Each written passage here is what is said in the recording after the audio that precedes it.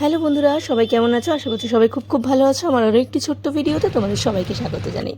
কালকে ডিমের তরকারি বানিয়েছিলাম একটু অন্যরকমভাবে। সচরাচর আমরা ডিমের কষা করি আদা পেঁয়াজ রসুন দিয়ে, তো কালকে শাশুড়ি বললো একটু অন্যরকমভাবে আজকে করব।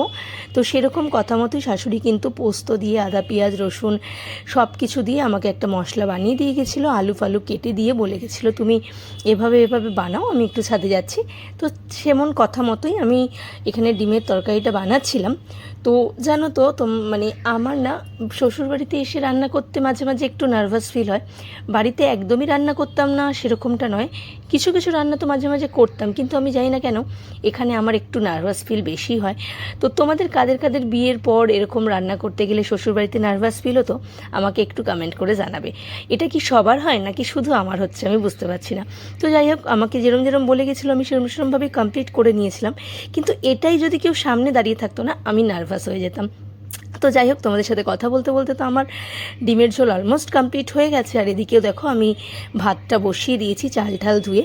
ভাতও রেডি হয়ে গেছে আমার, সব কিছু